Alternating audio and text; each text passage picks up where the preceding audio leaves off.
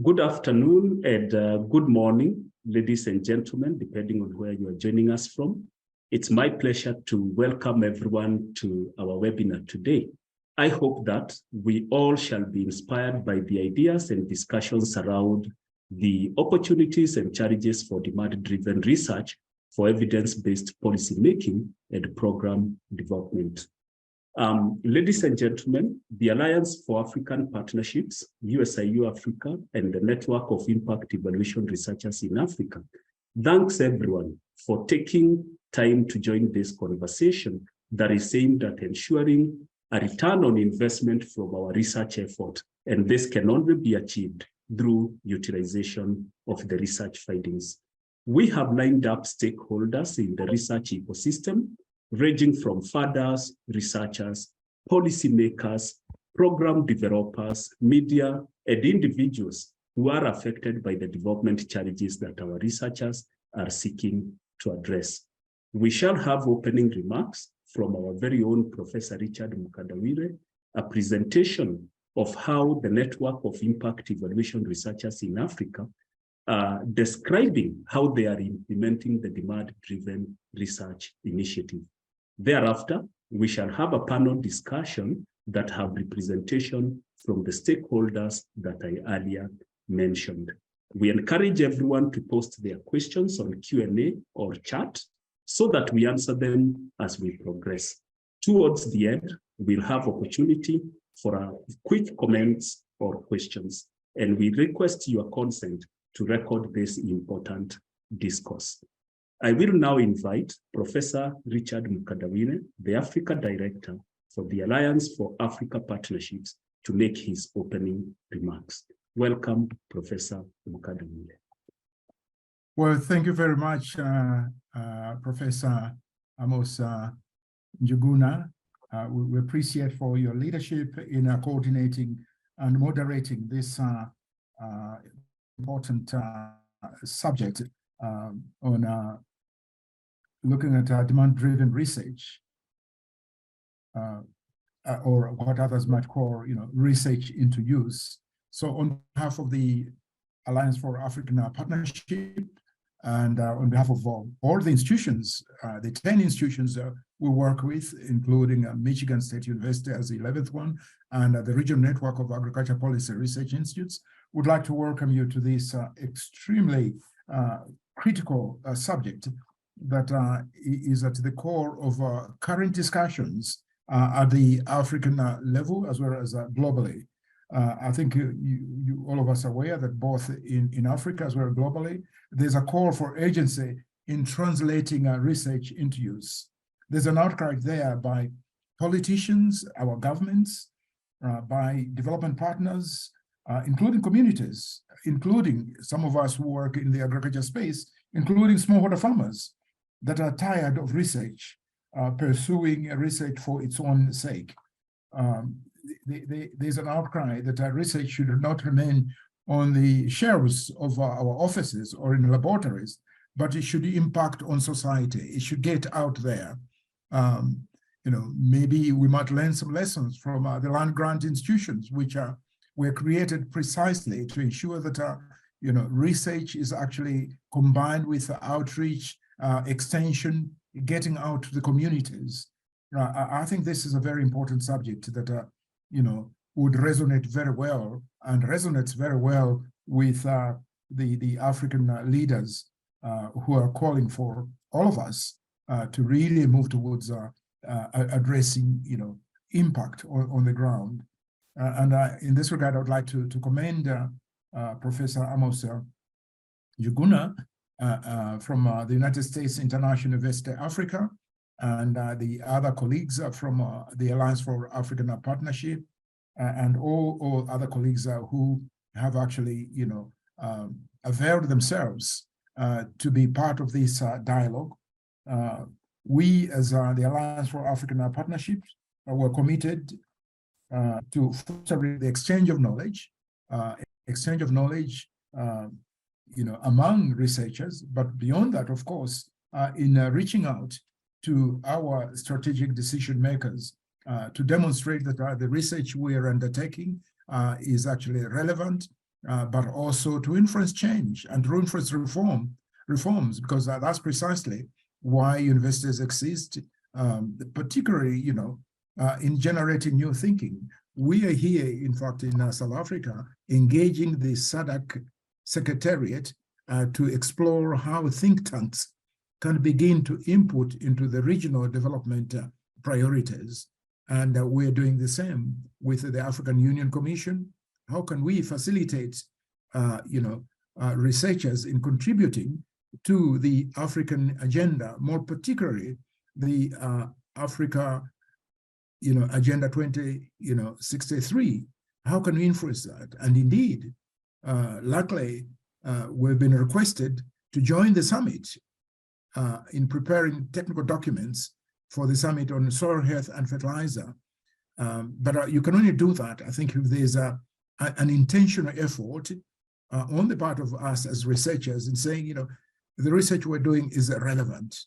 The research we're doing is going to support, in positioning Africa as a front runner in the transformation of the continent. We must make it intentional, even at the country level, in reaching out to our leaders and say, we're available to be part of shaping the kind of country we want, to shaping the kind of Africa we want. So I'm very delighted that we can get into this dialogue, and our listeners out there would definitely welcome your contributions to this debate. Beyond that, if there are any of the development partners participating with us here would like to reach out to you and say, we are ready to begin conversations on a different approach to research, not research for its own sake or leaving research in our shelves, but ensuring that this research begins to touch on lives, begins to be transformative in its approach.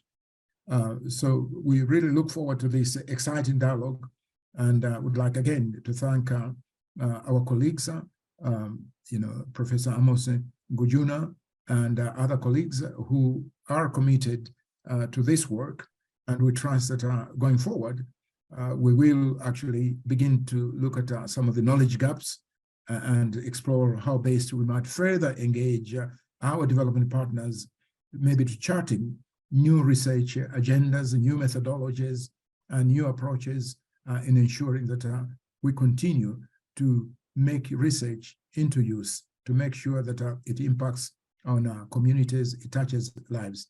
With these few remarks, I'd like to pass on to our moderator, Professor Njuguna, to proceed with our dialogue. Thank you.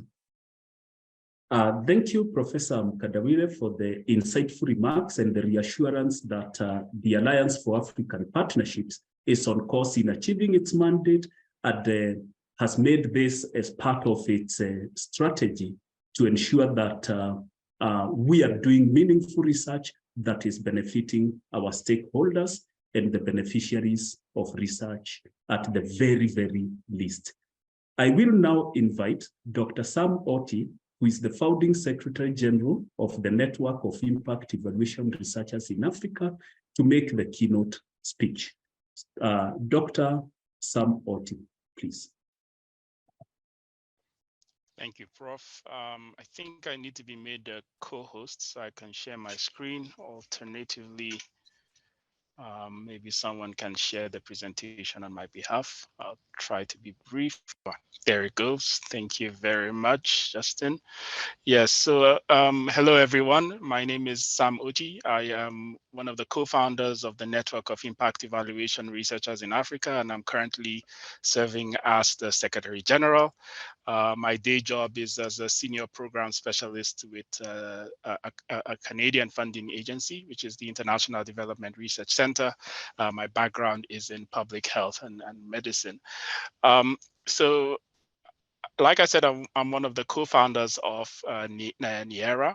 NIERA started several years ago, around 2017, 2018. And the history of NIERA is quite interesting in the sense that at the time, the likes of Prof. Amos and myself and a couple of other colleagues had gone through the East Fellowship, which is the East Africa Social Science Translation Fellowship at UC Berkeley with the Center for Effective Global Action. This is a 3 to 4 month fellowship program hosted at UC Berkeley under SIGA and really aimed at strengthening capacities of researchers from East Africa or based in East Africa on impact in impact evaluation research. So at the time we had completed that fellowship program, and we started to get the increasing amounts of requests to facilitate capacity building activities on impact evaluation or to provide technical support on impact evaluation. And so we spotted a gap that there appears to be a demand for impact evaluation, but it didn't seem like one, there was good awareness about the potential of impact evaluation, and neither was there at the time, in our opinion, a cohort or a critical mass of researchers who had the requisite skills in impact evaluation. And that essentially was how NIERA was born. And with generous seed funding from the Hewlett Foundation, we've grown into a network of dozens of researchers who have gone through the East Fellowship. And we now have a secretariat that is hosted at the United States International University here in Nairobi, where I am based. Prof. Amos is our chair. I'm the Secretary General. We have Dr. Christina File, who's based in Tanzania, who is our treasurer. And then we have a program manager, Jennifer, who is basically managing the network. Next slide. So I'd like to talk about our initiative, one of our flagship initiatives, which is the DDRI, a Demand-Driven Research Initiative. But first of all, just to give some anecdotal context in terms of what inspired the DDRI, or the kinds of scenarios that inspired DDRI. For those of you who are in Kenya, a couple of years ago, I think it was around 2013, when we just got a new administration in government, one of the things that the president at the time intended to do was to implement laptops, sorry, excuse me, tablet PCs in primary schools. And this was part of efforts aimed at digitizing learning. And it was quite a popular initiative, at least in my opinion. But after several years of trying to roll out that initiative, there remained question marks, as you can see from this two very, I would say, divergent headlines. On one hand, you have the government saying, that this initiative was an absolute success. On the other hand, you have the Union of Teachers, so KNUT is the Kenya National Union of Teachers, who was saying that it was basically a failure. And this was in 2021, right? So these are both relatively recent articles with very divergent views of the same initiative. Now, I'm not here to make a judgment call either way, but I think the point is we have many situations like this all across the African continent where policies are implemented, and it's hard to say, it's hard to say objectively in some instances whether these policy interventions have worked or have not. And I think this is where the issue of having integrating rigorous impact evaluation into some kind of, let's say, a pilot study of sorts, or even into the initial rollout of an initiative can help guide our senses in terms of whether such initiatives are worth the investments. Next slide. And so at the onset, when NIERA was born, we commissioned needs assessment to try to understand what was that opportunity, what was that specific niche. There was a lot of people talking about impact evaluation at different levels, right? But what was the specific niche that NIERA could fill in this particular space? And based on our needs assessment, we came to the conclusion that there was a strong demand for what has been framed as decision-focused evaluations. Next slide, and I'll explain a bit what that means for those who might not know. So decision-focused evaluations, and we like this paper, white paper published by our colleagues at 3IE, and they define decision-focused evaluations as a branch of impact evaluation studies that are demanded by implementers to inform decisions within the budgetary and operational constraints of whoever is going to be implementing that particular, let's say, policy or program. So the key word when we think, I'll say two keywords.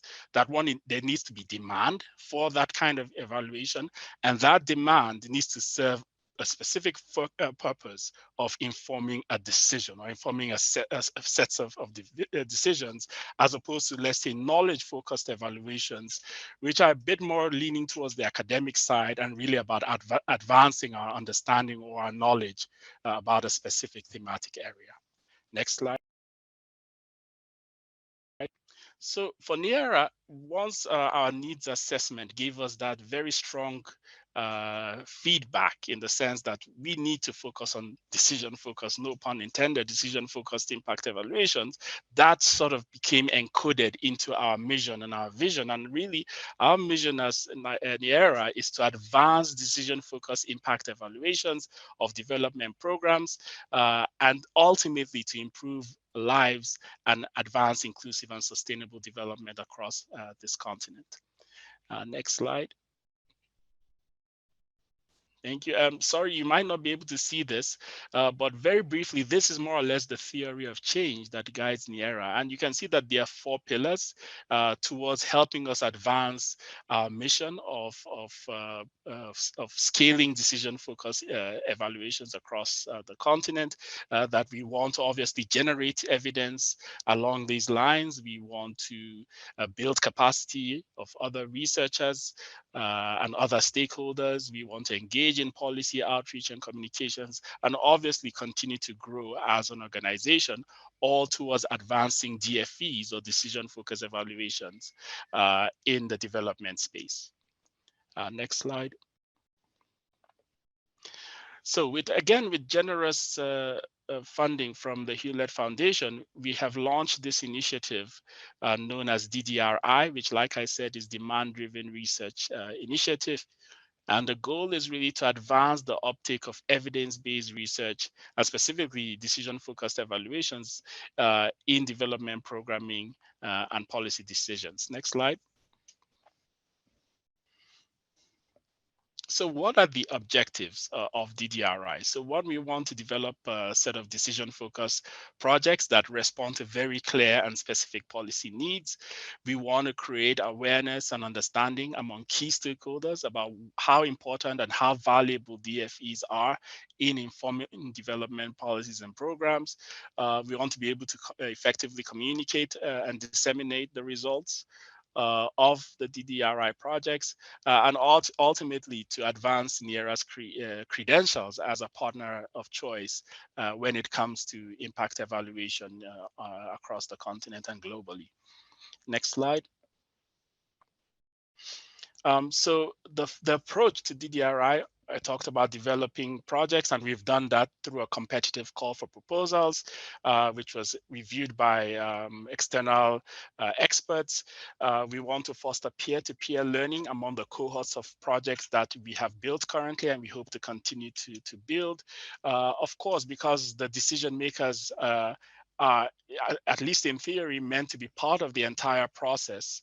And I'll explain why I say in theory just a bit. Part of the process of co-creating these projects and co-creating the priorities, that there needs to be these roundtable and policy conversations so that there's greater ownership and uptake of what emerges from DDRI. And ultimately to reach across the divides and partner. And so if any of you is here who is interested in DFEs, who might be interested in DDRI, please, by all means, reach out to us. For us, it's an initiative that we hope will continue to grow beyond the current scope that we are able to support through the funding, the limited funding that we have. Next slide. So these are the 3 projects that we've sort of launched under DDRI. And don't worry if you don't really understand them. Some of them are Greek to me because my background is in public health, and this is out of my comfort zone. But you can see that we have, in a sense, quite sector agnostic. But again, the kind of projects that we have supported really reflect the diversity of expertise that we have among NERA members. So you can see this, the first project is on gamified savings for gambling. The second is on what they call the parish development model, and using that as a method to reduce poverty among the urban poor in Uganda. And then we have a third project on HIV self-testing and improving that, and finding ways to improve that through a mixed method approach in Tanzania and Kenya. So you can see there's on one hand, we want to also work across countries, so not just in one country. And on the other hand, we work across different thematics. But again, like I said, DDRI is just, this is just the beginning, and our hope is to continue to grow the, should I say, cohort of projects that adopt this approach. And last slide, I believe. Next slide. Yeah, so some food for thought for the panelists in particular, and even for the audience. And the question that might be on your mind is, are these projects, the 3 projects, for example, that I have presented, are they truly demand driven? And these are really philosophical foods for thought, so to say. And maybe the question now begs is, whose demand really counts in the context of demand-driven research, in the context of decision-focused evaluations? Is it demand of the end user? So the way we envisage it is the demand of the end user, right? But who is the end user? Is it a policymaker? Is it some kind of practitioner? Should there be a weighting to whose demand matters? If there's a thematic that might not be demanded by policymakers, but let's say civil society demands it, should researchers like us give any attention to those that might not be aligned with what policymakers are demanding, but might be aligned with what others are saying? So again, these are just philosophical questions. But even in the sense that even when there is demand from the get-go, what is to say that at the point of when, because research takes time, right? And some of these projects, fortunately, they are short projects because they are small amounts. But who is to say that by the time you get your results, that the politicians and those that demanded the project wouldn't have moved on to the next shiny thing? I call this political attention deficit disorder, which can be quite common, right? We know the attention span of policymakers can be quite short because of so many competing priorities. So who is to say that when you get to that point that they wouldn't have moved on? Then is it still demand driven in that context? And then another question to ponder is, are the projects even rigorous enough? Like I said, they're small amounts, right? Thinking about $70,000, $80,000, right? Can they be rigorous enough in that context? Because we consider them pilot studies, right? And if not, our funders, and I'm looking at Chris and other colleagues here, our funders willing to pay more, right? Because of course, if you want a more expansive, more rigorous RCT, covering the whole country or covering several regions, you need to spend more money, right? So our funders willing to pay more for rigorous evaluations that for all intents and purposes, we don't know what the answer will be. So you could spend a couple of millions and it might show that those interventions are not worth it. And that's research. That's the nature of research. And like I said, so whose demand should we prioritize? Whose demand really counts? So on that note, I'll end and pass the mic back to Prof. Amos. Thank you very much. Thank you, Dr. Samoti, for the presentation and posing some very important questions. And so to help us unpack the demand-driven approach to research, we have experts in the room representing funders, researchers, policymakers, program developers, and implementers. So we've got Chris, Elizabeth, Robin, Maureen, and Used Lad. So I will invite them to introduce themselves and react to the keynote presentation in a minute. I will not, we shall not use any specific order. So maybe, Chris, do you want to go first? And then we can pick everyone else. Just an introduction of who you are, and you can tell us what are your immediate reactions to this presentation. Sure. Like Hewlett Foundation was mentioned a lot in Dr. Orti's presentation. And yeah, my name is Chris Iwana. I work with the Hewlett Foundation. We're a private foundation based in the US, and we fund evidence generation and evidence use for policy making. So NERA, for instance, is one of our grantees. We also work with a lot of think tanks, universities, and others that are working within the evidence ecosystem to try and bring those tools that have been developed and refined in academia mostly to bear on decisions of policymakers.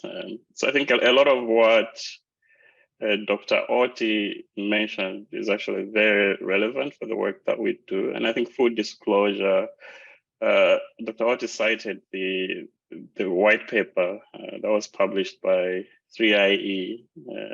The four authors of that white paper were the founders of an organization called ID Insight. And so I worked for ID Insight for about 4 years as the head of Africa and as director for Southern Africa. So I very much believe, and I agree with what he said and what that white paper said, that we shouldn't just be doing research for the sake of, right? Like research has to have a purpose, and the purpose, especially in the context of very limited resources, and I think Professor Mkandori also alluded to this, within the context of really limited budgets, in donor fatigue, we have to try and make research more decision relevant. And I'm using decision relevant and not policy relevant, because a lot of research is policy relevant, right? A lot of questions that researchers pursue touch on policy issues, but the research may just not be decision relevant in the sense that, one, there's not a specific use identified ex ante for that research. A user who has a question, who has a decision to make within a particular timeline, and then without having a user in mind, we're sort of producing research and hoping that somebody will use it. I mean, it's that saying that if we build it, they will come. And so you invest a lot of time at the end of the research to try and disseminate. But that's just because there wasn't a specific user or a specific question that this research is trying to answer. Now, I'm oversimplifying things, obviously, but ideally, I think that's what, as a funder, that's the perspective that I come to this with, is how can we make these tools, the data, the research, the evidence, useful for decision making? Because ultimately, I think what we care about is improving outcomes for people in the countries where we work. So I totally agree with I think both speakers, Professor Mkandori, Dr. Orti, that we have to rethink how we do research and sort of embed a larger purpose, which is to try and improve decisions that ultimately improve lives. But yeah, I will have a lot more to say on this and other topics. So hand it back to Amos. Thank you. Dr. Robin Miller, do you want to go next?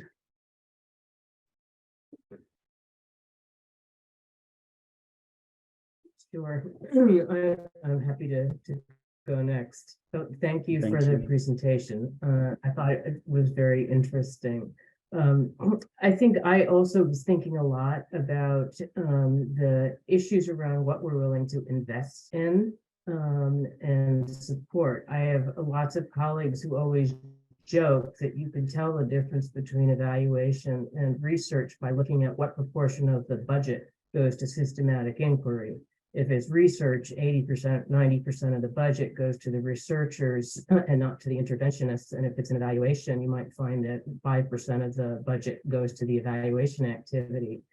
and the rest goes to the implementation of the intervention activity.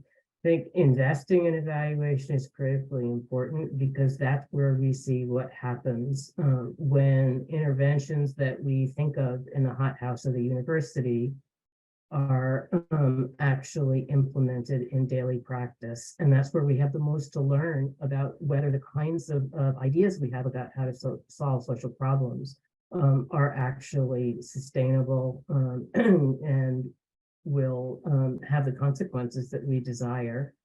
And it's where we learn about undesirable consequences of what seem to be good ideas at the outset. So I mean, I think these are really important issues. I think it's also important to think about what kind of training and preparation people need to be able to do this kind of work, because I don't think it's the same kind of training that people ordinarily get when they're being prepared to be a researcher. So I think the talk raises lots of questions about how we prepare people to be able to do work that is in the field, highly applied, requires engaging with diversity of stakeholders, understanding what they value, what they need, how they think about solutions to social problems.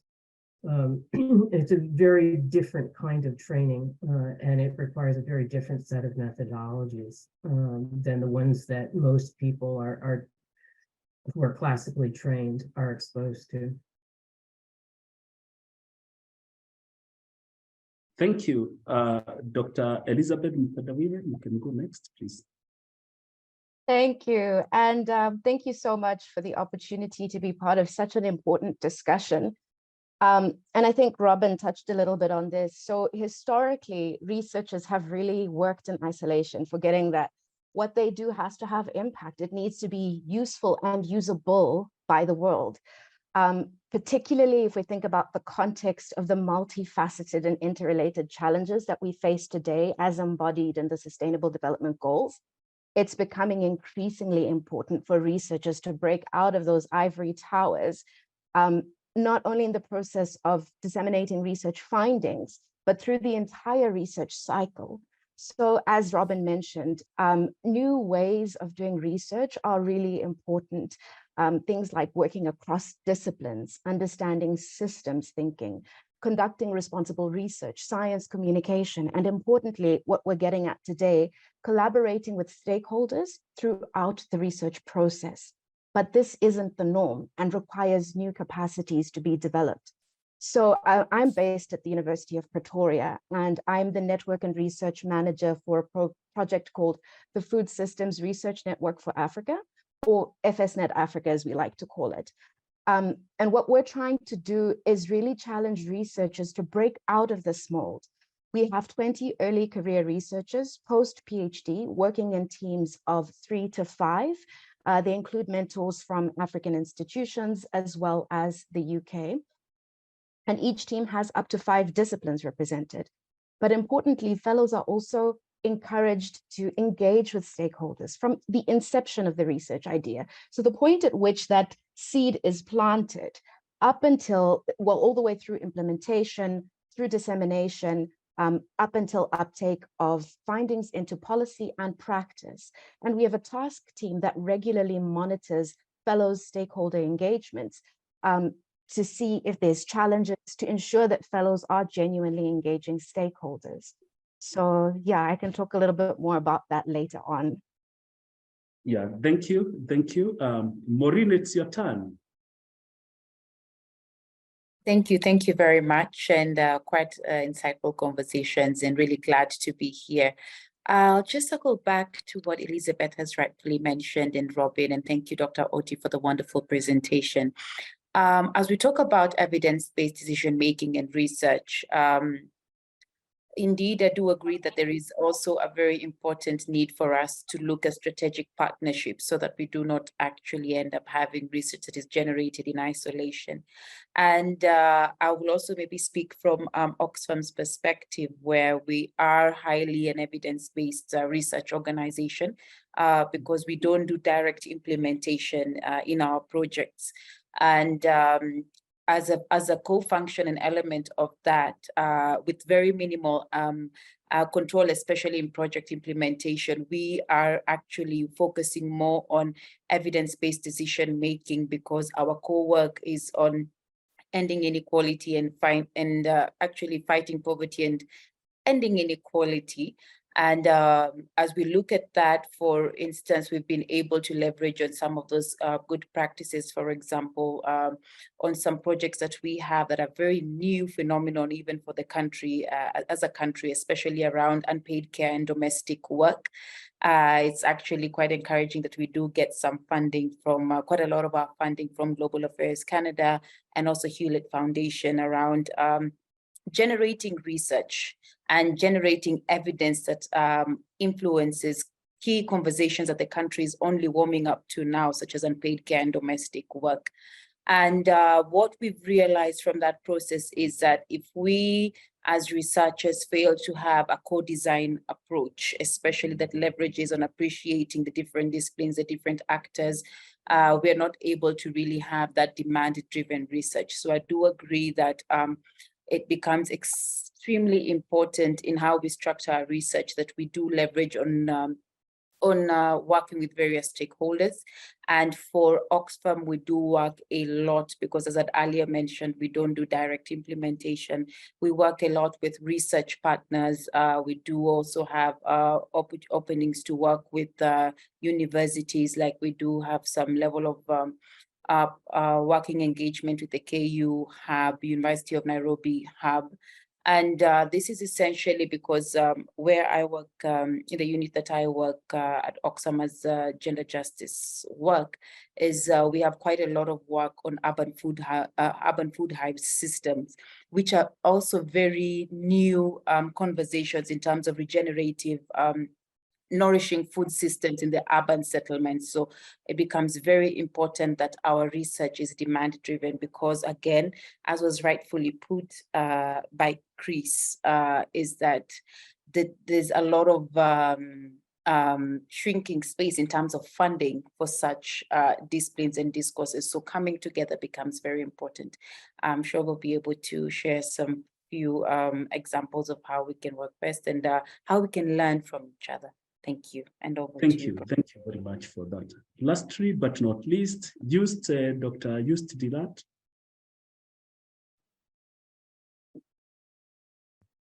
Thank you very much, Amos. Thank you very much, colleagues, for this opportunity to participate in this panel. My name is Joost de Lade. I'm a professor at Utrecht University in the Netherlands, and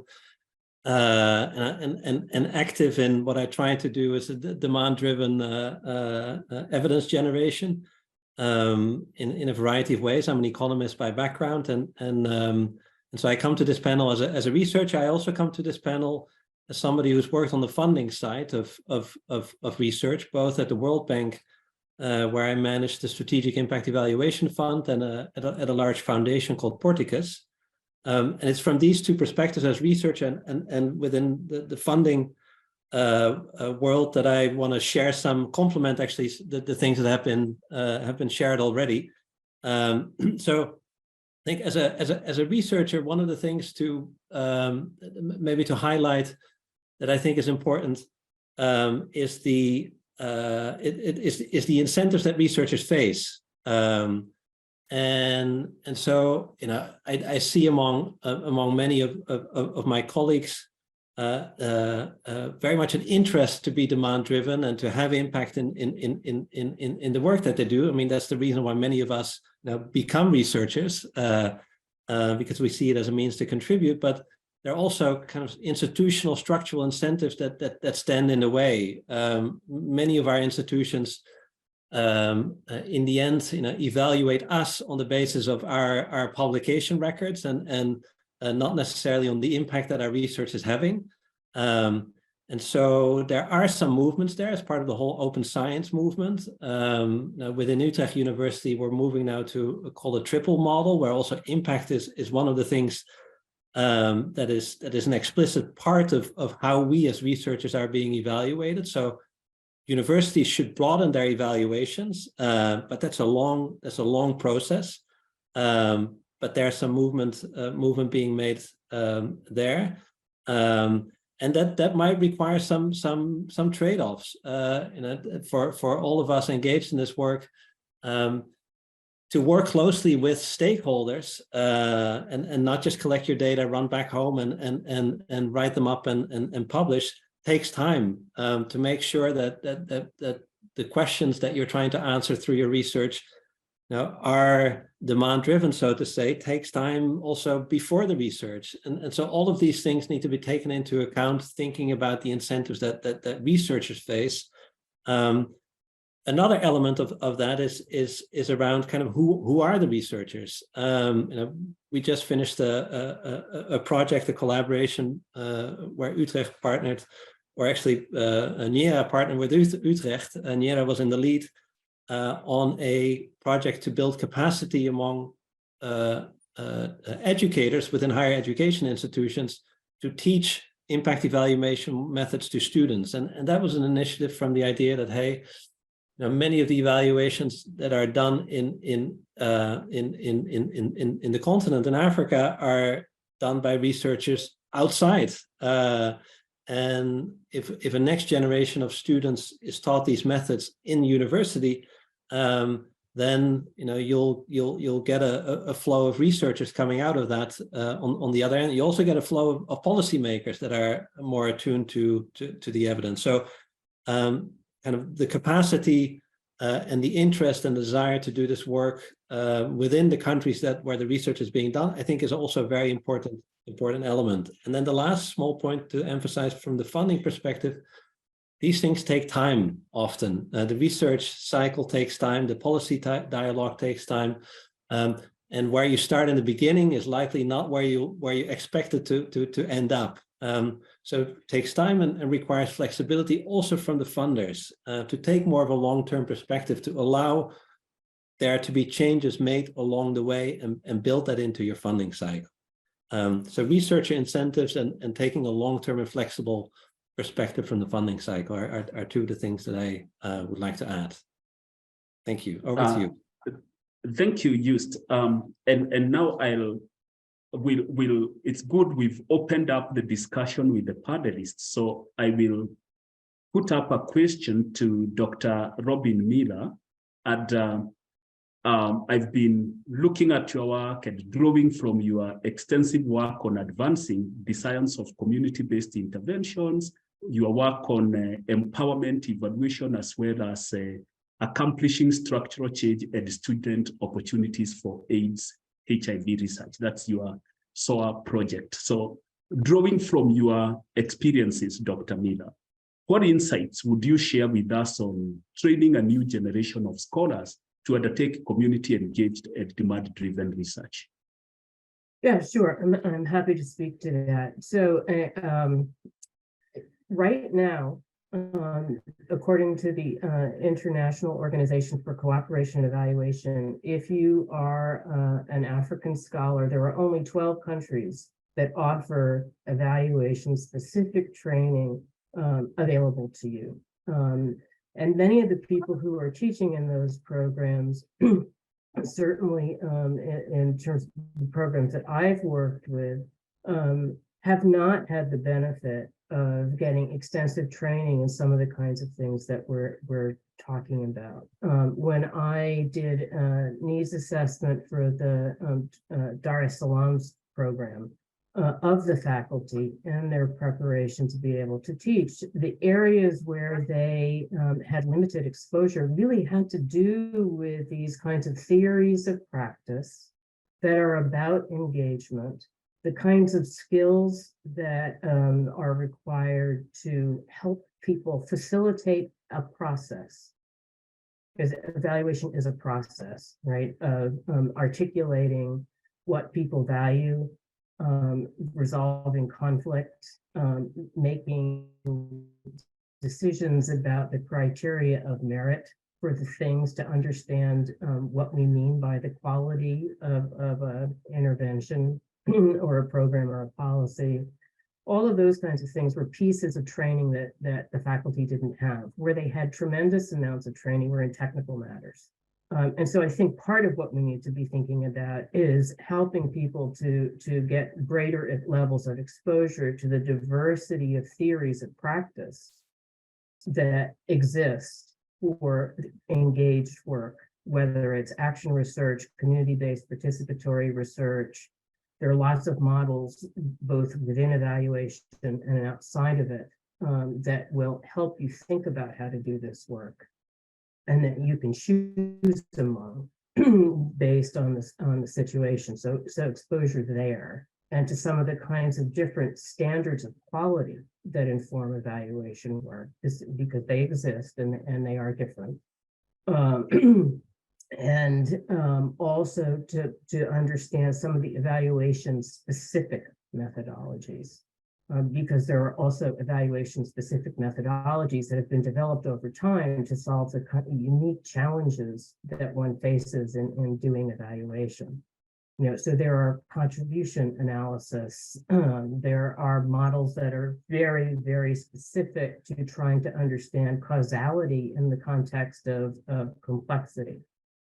You know, so models that move us beyond just thinking about a traditional quasi-experiment or, you know, experiment in the field.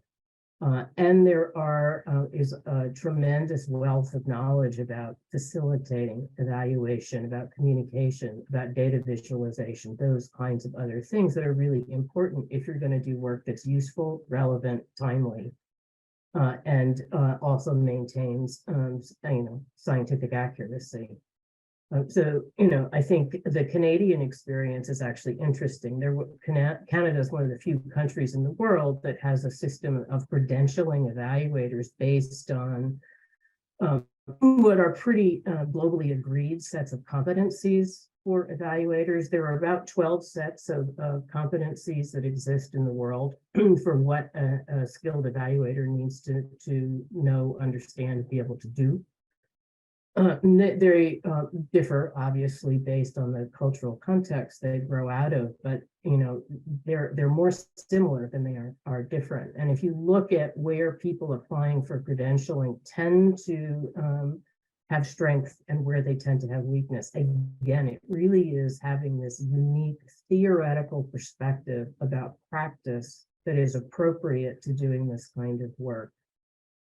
So I think that's really both growing the number of programs that are available in Africa, but also ensuring that they are well infused with theories of practice and techniques of practice that are specific to what we're talking about, both the ones that are being developed in Africa now as part of the Made in Africa movement, but also ones from other countries that are essentially reflections of years of what we've learned in trying to do this in different country contexts. Wow, thank you very much. Rethinking new models, thinking through how to retrain some of us who have not had the benefit of having gone through experiential training, working with different stakeholders. I now want to draw to Dr. Elizabeth. Your work has really contributed to policy reforms in food security and nutrition in Malawi, and a very interesting initiative on the International Food Policy Research Institute Compact 2025 initiative. And my question to you, Dr. Elizabeth, would be, how practical was it for you as a researcher to engage in knowledge generation that contributed to such impressive work? And what were the challenges? So I think part of the advantage that I had is that many of the communities I had worked with before, and I think that's critical to establish that relationship with people prior to even collecting your data and starting to do your analyses, making sure you do that. And I think importantly, so one thing I will point out is that a lot of the communities where we're doing research, they have researcher fatigue. They're tired of the work that we do being extractive and not going back to them. So one of the things that the communities that I worked with said to me was, well, you people, what are you're gonna take our information, go out there and you'll never bring it back to us. And I made it a point to make sure that not only did I bring the information back to them, but I ensured that they were part of the conversation around how do we reform the National Nutrition Policy and Strategic Plan that was being revised at the time. So I had the advantage that it was a window of opportunity in terms of influencing policy. And I think that is where the largest impact happened. But again, if I look at my example and how we apply it to the context of FSNet Africa, one of the critical things that we try to do is ensure that stakeholders are involved throughout the research process, because you start to build that relationship with people to ensure that your evidence is taken up into practice and policy. So for example, when our fellows were first selected in 2021, in July, they were given a high-level overview of the training that they would receive. They participated in an orientation where they developed a stakeholder map. This map enabled them to identify stakeholders who had an interest and who could influence their research. And I think part of this is also about negotiating the trade-offs, because although we are trying to engage different stakeholders, we also need to appreciate that they have different interests that sometimes might be conflicting. So we also have to be able to manage that. Then in week 6, our fellows presented their research ideas, like I said, that first seed, to a stakeholder audience. They gave them feedback to say, is this relevant to us? Can it actually work? What more do we want to see coming out of this research? Again, in week 14, they presented more developed research ideas. And then fellows went back to delve deeper into the literature. And during this period, we provided them with training on concepts such as systems thinking, gender responsive research, responsible research as well. They then presented their fully developed proposals to a wide stakeholder audience that included experts as well. Again, they were given feedback to try and panel beat their research ideas. So throughout the process, we've aligned our training offering to different stages of the research implementation, but also we've tried to ensure that stakeholders are intimately involved in the process. And when I say stakeholders, it is farming communities, because our project focuses on food systems. It is policymakers, it's private sector, it's the decision makers that we continue to talk about. Many of our fellows now are currently implementing their research projects, some in consultation with stakeholders and some in collaboration with stakeholders. So I think nurturing that relationship with the communities that you work with is really important to ensure that the research outputs are taken up into evidence and practice.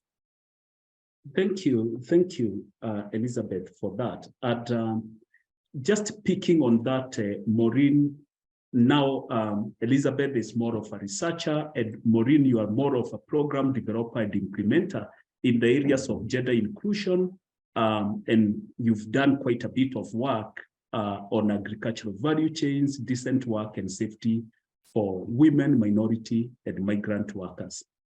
So the question I would have for you, Maureen, is how have you used the evidence that is generated by the researchers to inform your work, and have you encountered any challenges in that process? Thank you very much. So maybe what I could just speak to first is the process that we've always been following, especially from an implementation perspective. And it's mostly anchored around feminist participatory action research models. And as we talk about feminist perspective, our research mostly is usually anchored in methodologies that allow we call them beneficiaries. I'm sure maybe you've seen around Oxfam inclusive language terminologies where we talk about challenging traditional ways of conducting research. And as we do this, we are able to build relationships within the information gathering and research and evaluation processes.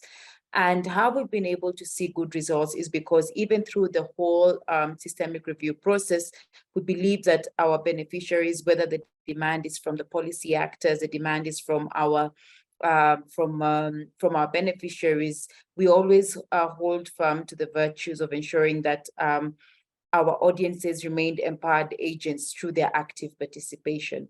So when we look at that, for example, as you've mentioned on our work on decent, on promoting or advancing decent work, I will maybe make reference to what we are currently channeling is, what we are currently working on is advancing ratification of ILO Convention C-189 and C-190 within the context of within Kenya, of course, having the understanding that that has not been ratified in the country. So Oxfam, as I'd earlier mentioned, we don't do exact direct implementation. So we do the convening part, and we've been able to bring together 16 different stakeholder organizations that are actually leading this process as we continue to work with the Kenya government, especially in uptake of some researches that we've done. One of the particular research that we've done is barriers to women's economic empowerment. And one of the greatest challenges that we have seen is the patterns of the labor, patterns revolving around labor, and also patterns around how women access financing, especially even for those in informal work and those in formal settings. So how we've been able to implement our research and findings has actually been through working with our partners, because our partners don't directly involve themselves in the broader aspect of the research part. But we do have policy dialogue sessions, we do convene round tables where we disseminate that particular research. And further to that, also, for example, we have been working on the time use survey. This month, we will be looking at convening different stakeholders for user dialogue forums, where different sectors are able to really evaluate, okay, having drafted the time use survey and having been in that process, how exactly will those, how exactly will that data be relevant for the different sectors that we have, that is water, health, and sanitation. Maybe what I would mention is that, of course, there's areas of learning where we, of course, have to look at a more succinct demand-driven data strategy. I feel that that becomes very, very important for us to have a demand-driven data strategy, especially as we look at different disciplines. For example, for Oxfam, our priorities are on ending violence. We have priorities on decent work. We have priorities on food systems. So the challenge has always been on how do we have a demand-driven data strategy that, of course, allows us to not have what we call a virtual shelf of research that we are not really using. So by and large is that we do have a lot of convening, and we also engage in a lot of influencing for impact, because Oxfam is highly an influencing organizations. So by influencing for impact, we have guides that border around coalition, bordering on having collective voice, especially on influencing for impact with the research that has been generated. So we are moving with networks, we are working with coalitions so that we are able to have one voice, especially once we are able to have the research that is there. So I would maybe talk about influencing for impact that is driven by the research that we have and having collective voice around that. Thank you. Thank you, Maureen, for that articulate answer. And possibly I would now throw it to Chris. Chris, you've got this extensive experience working from the giving side. You offer financial and other support to researchers and other stakeholders, basically to enhance evidence generation and uptake of evidence. What would you say is the role of funders in promoting demand-driven research? Do funders have any role to play in promoting demand-driven research? Yeah, I think funders have a big role to play in promoting demand-driven research. I think there's been a lot of talk recently around localization. So philanthropy funding comes with a lot of power, right? And we don't, like, I don't want to be the one setting the agenda. Ideally, I think, and I say ideally because it's not the case, ideally funders would cede power and control. Not all of them, but some would be willing to cede power and control in terms of supporting research. And I say ideally because money is not the only reason that most research is not demand driven. Ideally, you could write a check to a research institution or to a researcher, a university, and trust that they will go off and design and conduct research that's decision relevant. And I say that I'm using decision relevant because instead of policy relevant, because ultimately we want to inform decisions. But I think it's difficult to do that because that assumes that universities and researchers are benevolent, that they have good intentions and their incentive structures are appropriate for advancing evidence use or the relevance of the research that they conduct. But we know that that's not the case. I think the earlier speakers, Dr. Delat mentioned that the incentive structures in universities are not always set up to promote demand-driven or decision-relevant research, because there's that saying that you either publish or you perish. You, as a researcher, you get rewarded if your publications are cited. And oftentimes what's most publishable is not the most decision relevant. And I think universities get, rankings are improved if a lot of researchers get a lot of citations. Teaching is not rewarded the same way. And so I think there was a lot of discussion earlier around incentivizing teaching or building skills to teach these newer methods of doing research. But that's not rewarded the same way as research and publication is within our universities. And a lot of our universities are structured the same way as Northern or Western universities, where publication is the biggest incentive. And so given that researchers, and not all researchers, but several researchers and several universities are not set up to promote demand-driven research, I think the role that funders can play is to establish some guardrails around what research should be commissioned, what research should be done. And I think there are very few. One, Dr. Mkandawire, Richard mentioned sort of, I think, identifying and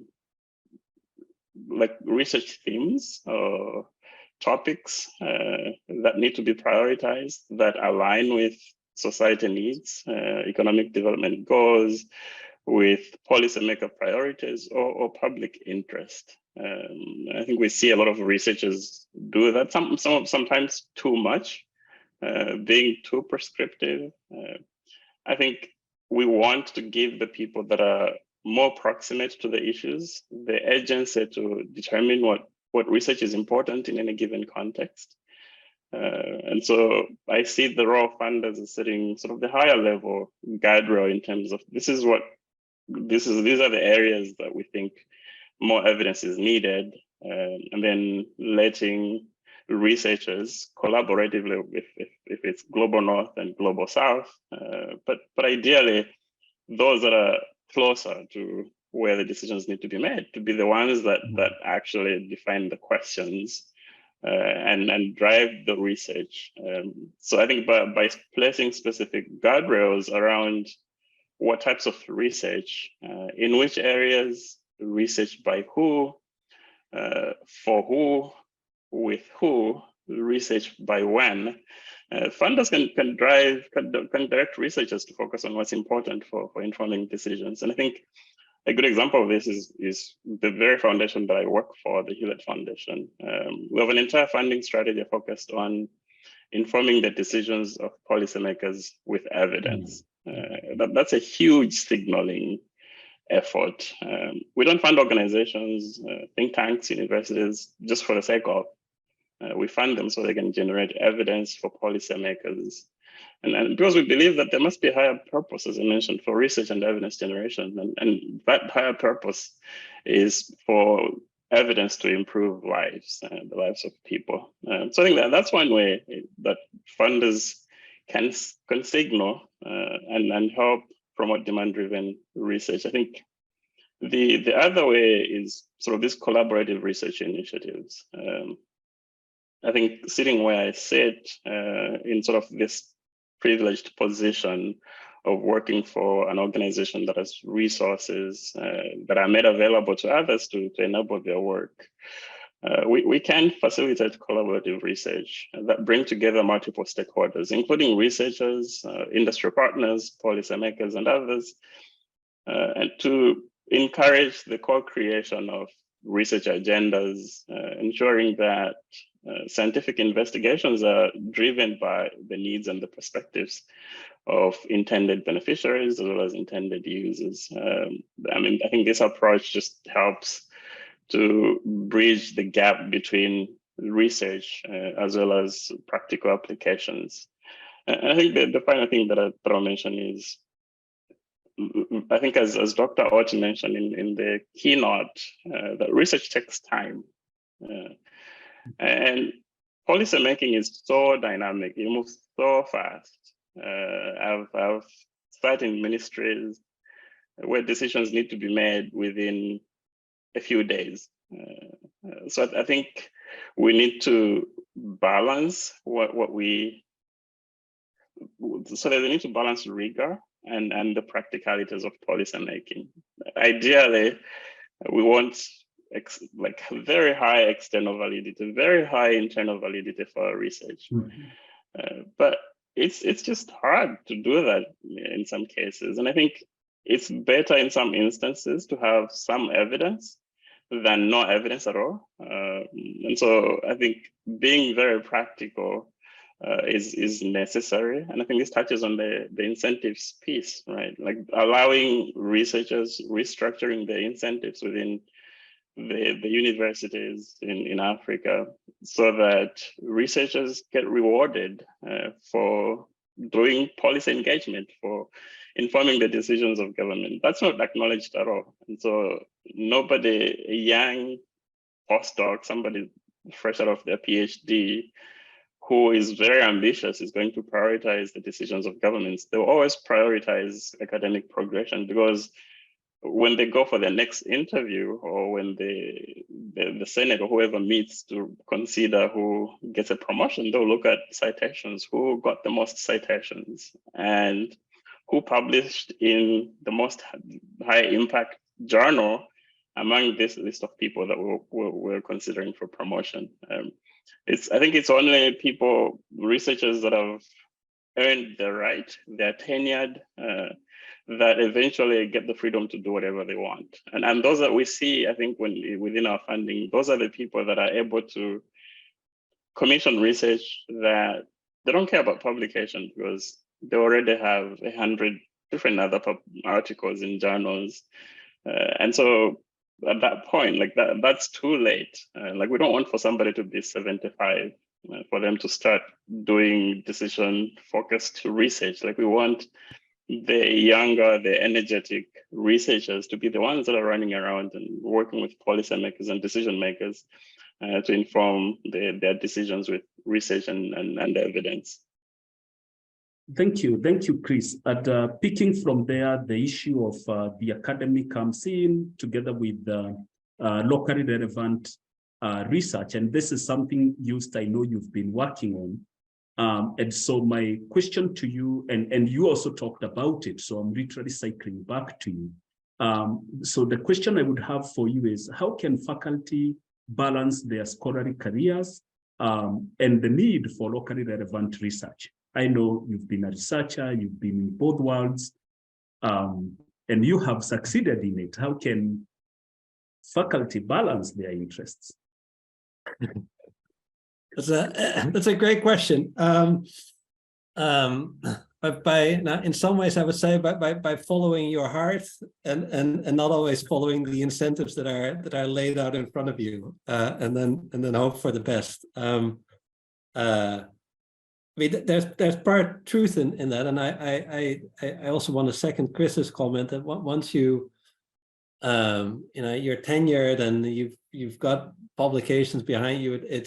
It gives a certain amount of freedom to take more risks and to not worry so much about the publications. But in the meantime, I think there are so many young researchers who would have loved to be engaged in demand-driven research and be spending a lot more time, not just on the analysis and publication, but also on the policy dialogue around that, whether it's with government or civil society organizations. And so now I think I don't have a clear answer, but I think a number of elements that I think are important is one, to really think about the incentives that are there for researchers, and that's a responsibility that universities have.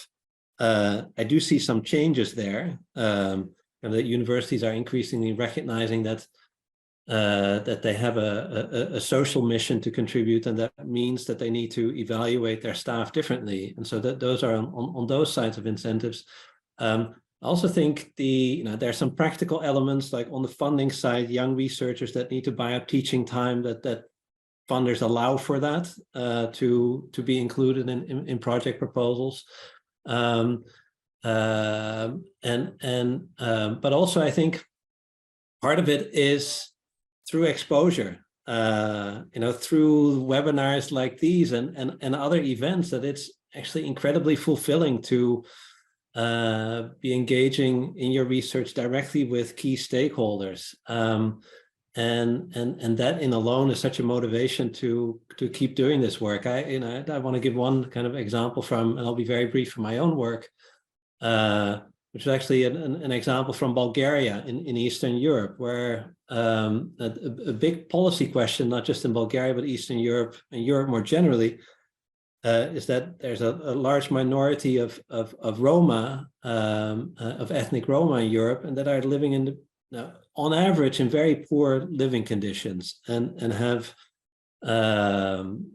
poverty rates that are above 80–90%. And so I've been involved in a randomized controlled trial that was funded partly through philanthropic funding, partly through government funding. This was the UK government to the World Bank. And we were working together with the government of Bulgaria, with a civil society organization that was willing to take a long-term perspective. And through this randomized controlled trial, we learned that a number of barriers, very practical barriers, stood in the way of parents sending their children to preschool. Now we're actually still working on the academic publication of this RCT, but already 2 years ago, the government of Bulgaria adopted a new law. It was passed by Parliament unanimously. In fact, I think it's the first time that there was a unanimous decision in Parliament to remove school fees for preschool, because that was the barrier that we identified through this RCT. And so seeing that as a researcher and that result now is for me such a motivation to keep doing this work. And so I think it's partly by incentives. I think it's partly by universities, by facilitation that funders can do, but also, organizing opportunities where researchers engage with policymakers and decision makers more broadly, and people are inspired by this. And I think particularly young researchers coming in are often with a desire to have impact. And so I think that element of being inspired and motivated to continue doing this is also powerful and not measurable. Thank you. Okay. Yeah. Thank you very much for the answer. Now we've got quite a number of questions from the audience, and I believe we should be able to handle them in the remaining few minutes, because we want to add this in the next 12 or so minutes. There is a question there and directed to Dr. Oti, Samuel Oti, that you've done an articulate presentation, but you seem to focus too much on the implementers. And the member of the audience is asking, where does that leave the public and the society that eventually uses the results of the research? Dr. Oti, if you are there. Yes, thank you very much. And it's a great question. And that's why when I talked about some of the philosophical food for thought, I talked about whose demand really matters. Is it the demand of the policymaker? Is it the demand of the community? And I think there's no magical answer to that other than it depends. It depends on the context. It depends on the specific questions that are under consideration.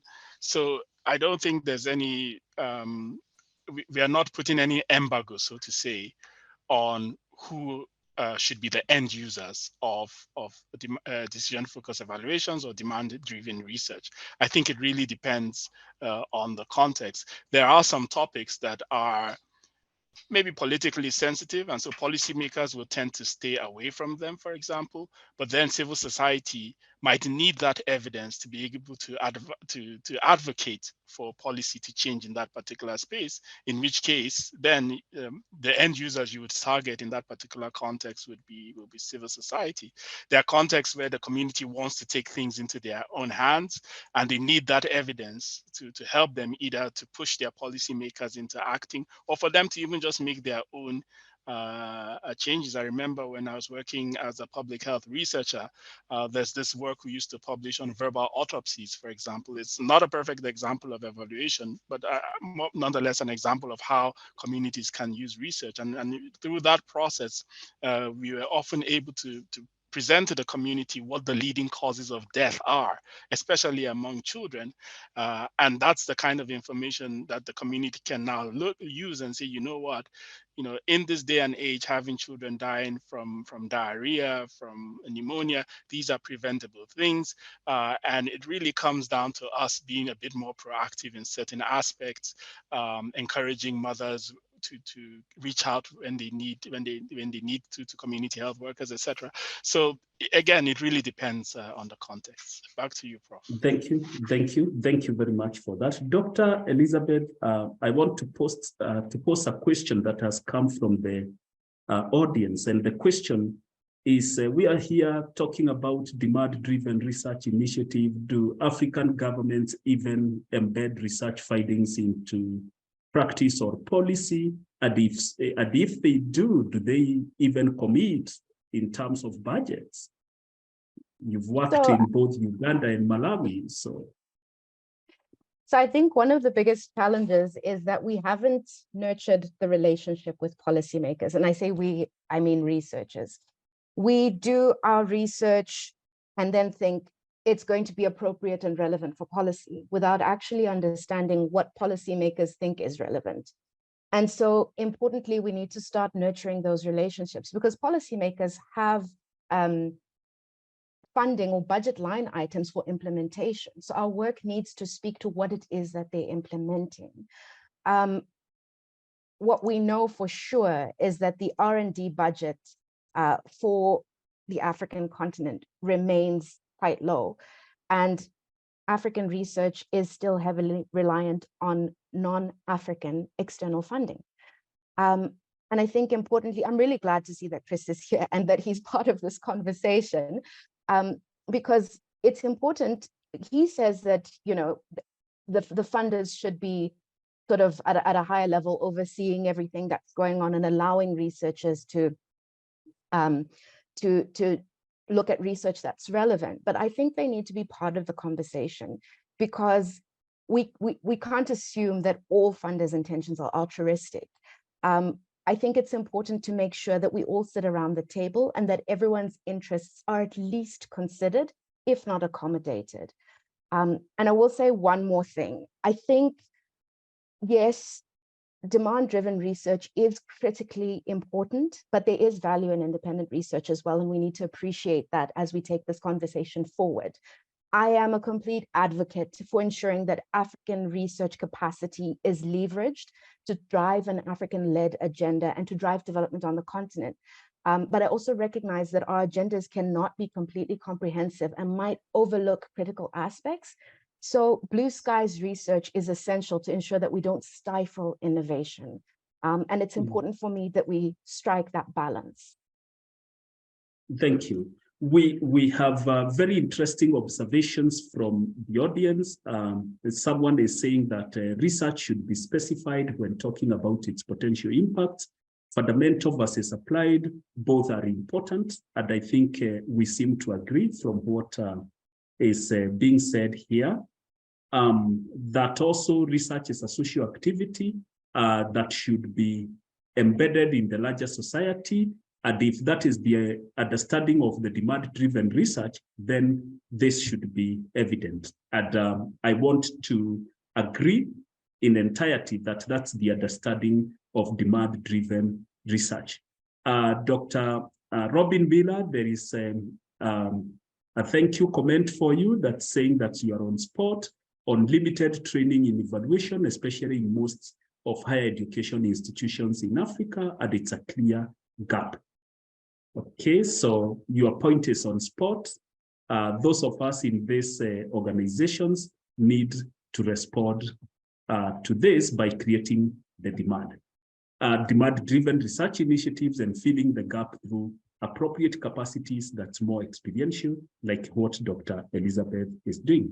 Another comment on are evidence-based researches understood by beneficiaries and what methods are used to attract extension officers in evidence-based researchers. I don't know if some of you can take that in just 1 minute.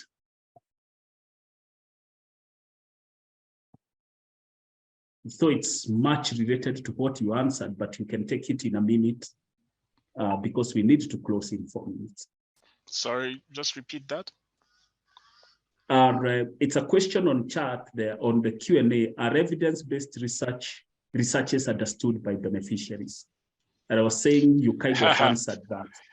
So that, yeah, I mean that the onus now is on the researchers to make sure that the end users understand the research, and that's why it's part of our strategy. We have an explicit strategy on raising awareness about the value of decision-focused evaluations of demand-driven research, and of communicating that to the end users in a manner that they understand. And in fact, NIERA has developed curriculum for various key constituencies. So it includes even the media, so that they can understand what decision-focused evaluations are all about. So media, policymakers, we developed different curricula targeting these different constituencies.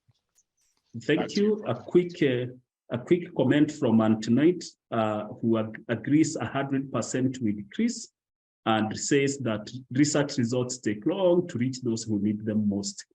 And so piecemeal dissemination can help. And Chris, many people tend to agree with you that universities need to realign their focus towards evidence-based research that serves humanity. So I think that's what we had time for as of now. We still have 2-3 minutes, so we can have Professor Richard Mukadawire to give us his closing remarks as we wind up this activity for today and give us the way forward. Thank you.